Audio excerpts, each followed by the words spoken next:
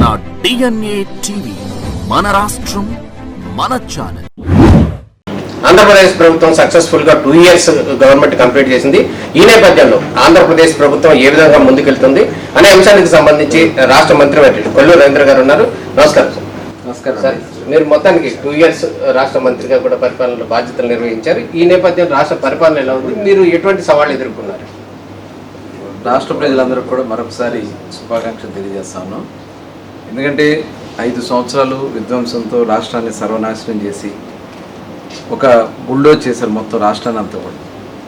ఆ రోజున ప్రజలందరూ కూడా చాలా కష్టాలు ఇబ్బందులు పడి ఈ రాష్ట్ర పరిస్థితులు చూసి మరి ఎన్నికల్లో మరి ఫలితం ఖచ్చితంగా ఇదే రోజు, ఆ రోజు వచ్చినటువంటి ఫలితాల్లో అసలు ఊహించని మెజార్టీలు ఇచ్చి దగ్గర 94% మ్యాండేట్ ఇచ్చి మరి ఈ రాష్ట్రాన్ని మళ్ళీ పునర్జీవం పోసినటువంటి చరిత్ర ఆంధ్ర రాష్ట్ర ప్రజలది.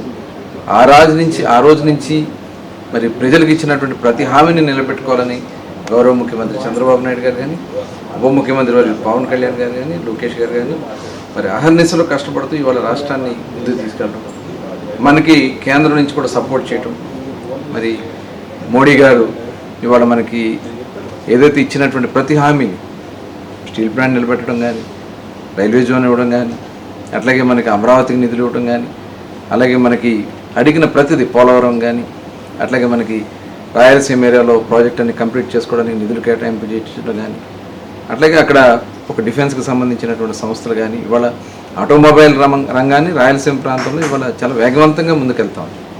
రాష్ట్రంలో ఉన్నటువంటి అన్ని ప్రాంతాల్లో కూడా ఇవాళ ప్రజలు సంతోషంగా ఉన్నారు. అదే కాకుండా సంక్షేమ కార్యక్రమాలు, ముఖ్యంగా పెన్షన్లు దగ్గర 64 లక్షల మందికి పెన్షన్లు మరి ప్రభుత్వం వచ్చిన వెంటనే వాళ్ళకి 1000 రూపాయలు పెంచి అదనంగా ఏప్రిల్, మే, జూన్ కూడా కలిపి జూలై 1న మనం 4000 రూపాయలు చొప్పున, 10,000 రూపాయలు చొప్పున, వికలాంగులకి 6,000 రూపాయలు చొప్పున, అలాగే 15,000 రూపాయలు పూర్తిగా బెడ్ రిడన్ అయితే ఇవాళ దగ్గర 65,000 కోట్ల రూపాయలు ఒక పెన్షన్లకు ఖర్చు పెట్టాం.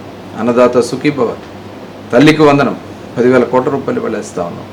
అట్లాగే ఆటో డ్రైవర్లకి డబ్బులు, అదేవిధంగా free bus, free gas cylinders, మత్స్యకార సేవలు, ఇలా ఎస్సీలకి, ఎస్టీలకి, బీసీలకి మరి ఇవాళ కార్పొరేషన్లన్నీ కూడా మళ్ళీ రివైవల్ చేస్తూ ఉన్నాం. ఇవన్నీ కూడా రాష్ట్రాన్ని అన్ని విధాల ముందుకు తీసుకెళ్ళినాయి. ఆ రోజు రాష్ట్రం వైపు చూడాలంటే భయపడ్డారు, పరిశ్రమలు రావాలంటే భయపడ్డారు.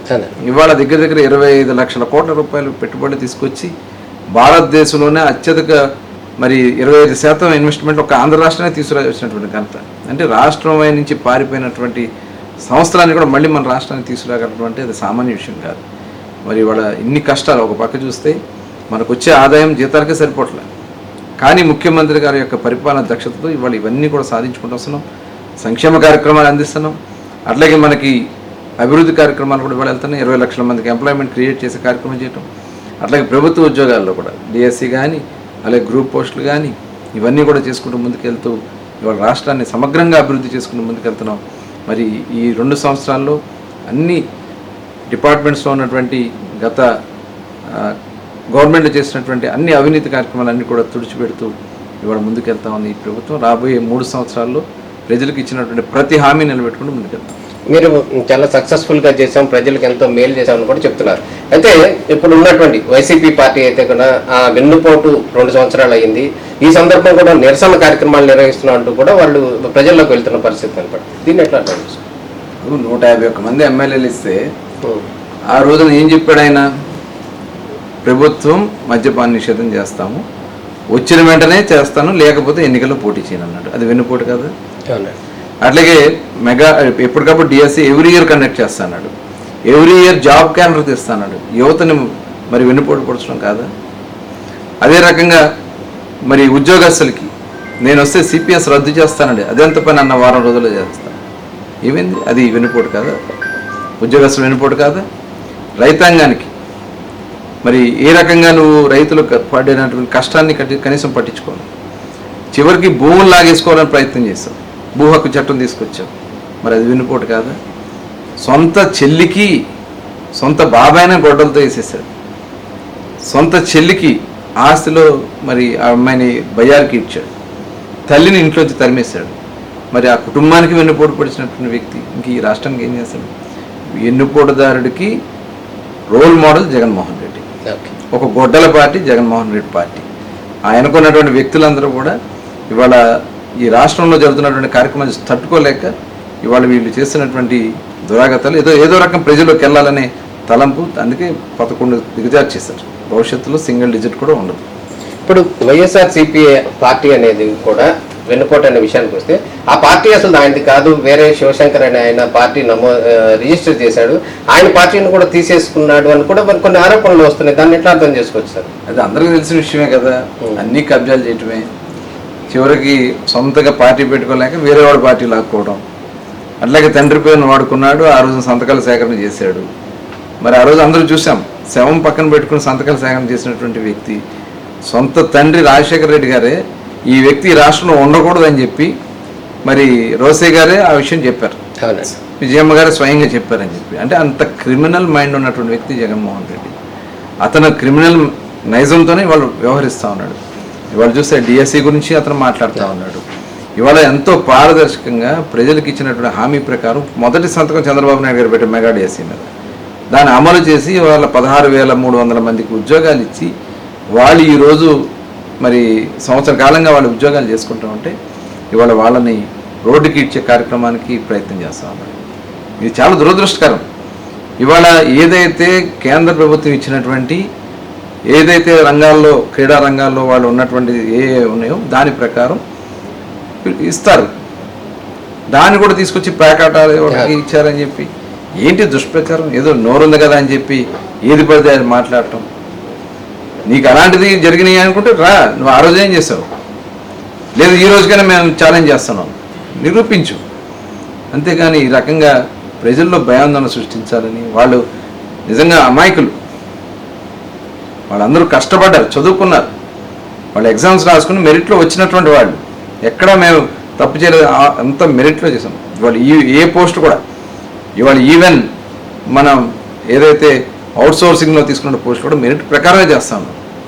ఇంత పారదర్శకంగా చేస్తామంటే మీరు లేనిపోయిన అపోహ సృష్టించాలని ప్రయత్నం చేస్తున్నటువంటి ఒక క్రిమినల్ మైండ్ జగన్మోహన్ రెడ్డి. ఇప్పుడు మీకు మచిలీపట్నానికి రాజకీయ ప్రత్యర్థిగా ఉన్నటువంటి పేరు నాని చాలా ఆరోపణలు చేస్తున్నాడు. ఈ మధ్య కనుక అటు రాష్ట్ర ముఖ్యమంత్రి చంద్రబాబు నాయుడు కావచ్చు, ప్రత్యేకంగా నియోజకవర్గ ఎమ్మెల్యేగా ఉన్నట్టు మీ మీద కావచ్చు, మొన్న ఇల్లు కూల్చినటువంటి అంశం కావచ్చు, లేకపోతే ఇతర అంశాలు కావచ్చు, వీటన్నిటిలో జనసేన వాళ్ళకి మీరే వాంటెడ్గా చేశారు అంటూ కూడా కొన్ని రకాల ఆరోపణలు చేస్తున్నారు. ఏదన్నా కానీ ప్రత్యేకంగా అయితే ముందు కొండవేంద్ర గారి పేరు చెప్తున్నారు. అంటే వాళ్ళకి ప్రజలే బుద్ధి చెప్పారు.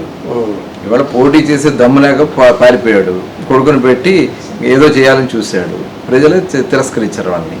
ఇవాళ మేము చేస్తున్నటువంటి కార్యక్రమాలు చూసి తట్టుకోలేక ఇవాళ అతను ఏదో బురద జల్లాలని ప్రయత్నం చేస్తున్నాడు.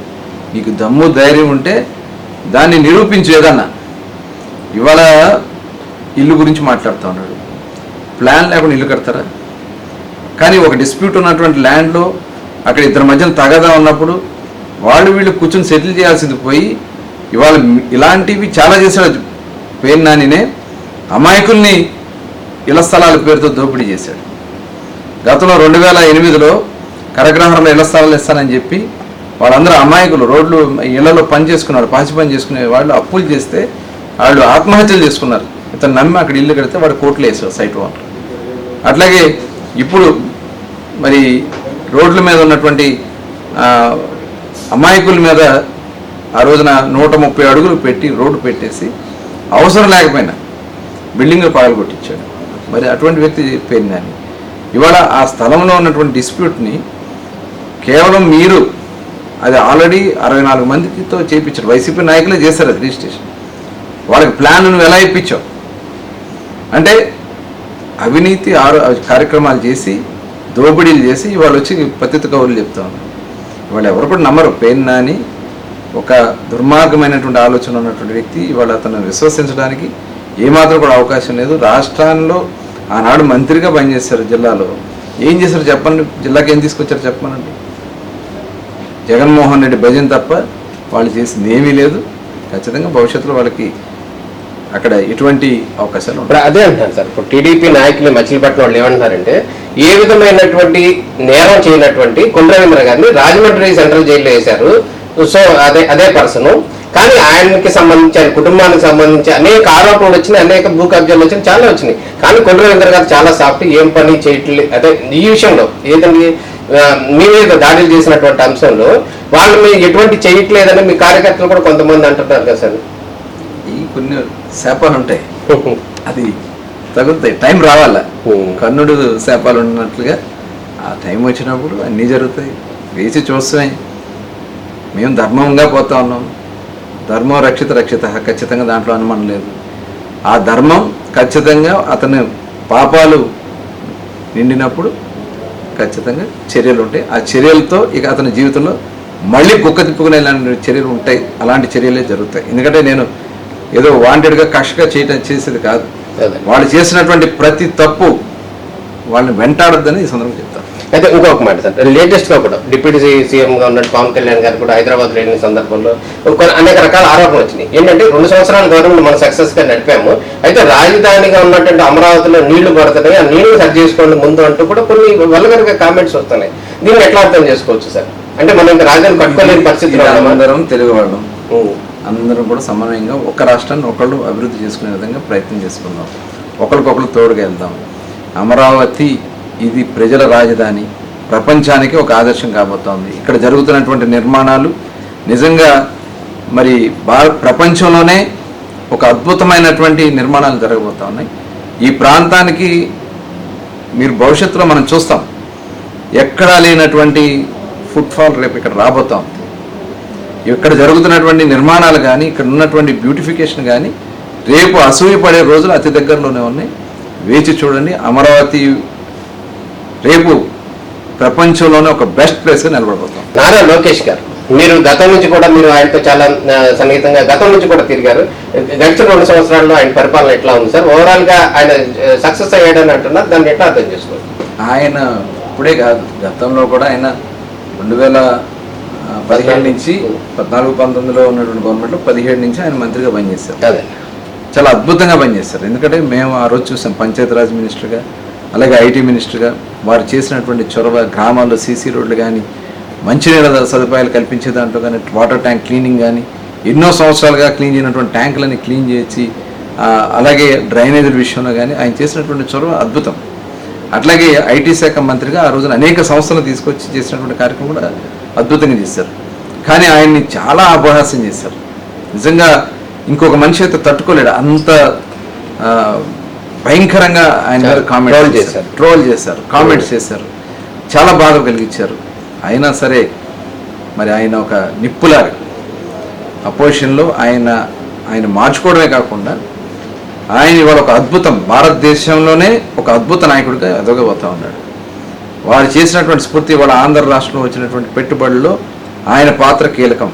ఇవాళ వచ్చినటువంటి సంస్థలు గూగుల్ కానీ, అలాగే ఆర్సెలర్ మెటల్ కానీ, ఇవాళ వచ్చినటువంటి బుల్లెట్ కానీ, ఇవాళ వస్తున్నటువంటి కేంద్రం ఇచ్చినటువంటి ఏదైతే మన డిఫెన్స్కి సంబంధించినటువంటి రాకెట్స్ కానీ, ఇవన్నీ కూడా ఆయన చేసినటువంటి అద్భుతమైనటువంటి ప్రయత్నాలు, ఆ ఇన్వెస్ట్మెంట్లు మన రాష్ట్రానికి రావడం, అలాగే ఇవాళ తెలుగువారి గౌరవాన్ని కూడా తీసుకొచ్చారు ఆయన చేసినటువంటి చొరవ దీనివల్ల. ఇవాళ ప్రధానమంత్రి గారు కూడా ఆయన పనితనాన్ని ఇవాళ చూసి ఆయన మెచ్చుకుంటా ఉన్నారు. నిజంగా భారతదేశంలో 25% పెట్టుబడులు తీసుకురావడం మామూలు విషయం కాదు.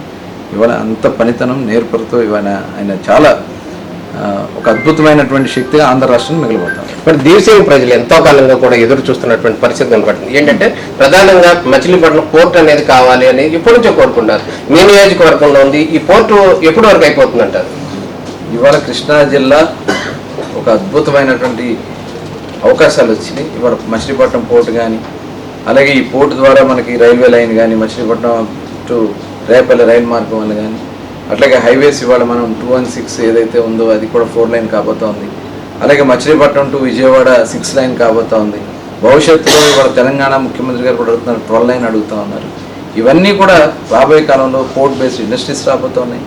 అలాగే అగ్రి బేస్డ్ కూడా ఇవాళ, ఎందుకంటే మనకు ఉన్నటువంటి ఇక్కడ అగ్రి కానీ, ఆక్వా కానీ, ఇవాళ ఈ రంగాల్లో చాలా విశేషమైనటువంటి అభివృద్ధి జరగబోతోంది. ఎందుకంటే పోర్టు వల్ల ఇంపోర్ట్స్ ఎక్స్పోర్ట్స్ వల్ల కానీ ఏదైనా కానీ ఈ ప్రాంతంలో, అలాగే జగ్గేపేటలో ఉన్నటువంటి సిమెంట్ ఇండస్ట్రీస్ కానీ, ఫుడ్ ప్రాసెసింగ్ ప్లాంట్స్ కానీ, ఇవన్నీ కూడా ఇంటిగ్రేట్ చేయడానికి ఒక ప్లానింగ్ కూడా చేసుకుంటున్నాం.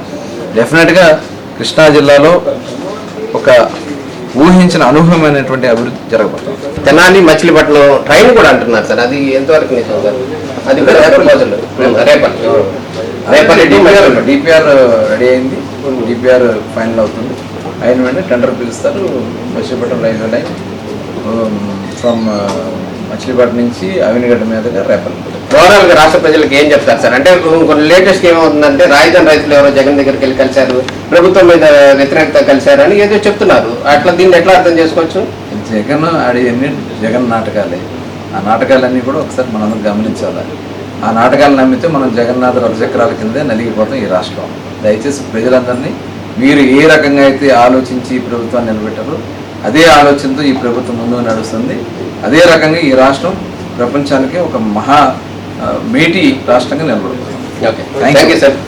ఇది రాష్ట్ర మంత్రివర్యులు కొల్లు రవీంద్ర గారు చెప్తున్నారు. ఆంధ్రప్రదేశ్ సంక్షేమ రంగంలో ఆంధ్రప్రదేశ్ ముఖ్యమంత్రిగా ఉన్నటువంటి నారా చంద్రబాబు నాయుడు, డిప్యూటీ సీఎంగా ఉన్నటువంటి పవన్ కళ్యాణ్, నారా లోకేష్ గారు, వీరి నేతృత్వంలో కూడా ఆంధ్రప్రదేశ్ ప్రభుత్వం దిగ్విజయంగా సక్సెస్ఫుల్ గా ముందుకు వెళ్తుందని కూడా చెప్తున్నారు. అదేవిధంగా రాష్ట్ర ప్రజలందరూ కూడా సంక్షేమ ప్రభుత్వాన్ని ఆదరించాలని చెప్పి రాష్ట్ర మంత్రివర్యులు కొల్లు రవీంద్ర గారు కోరుతున్నారు. Thank you sir.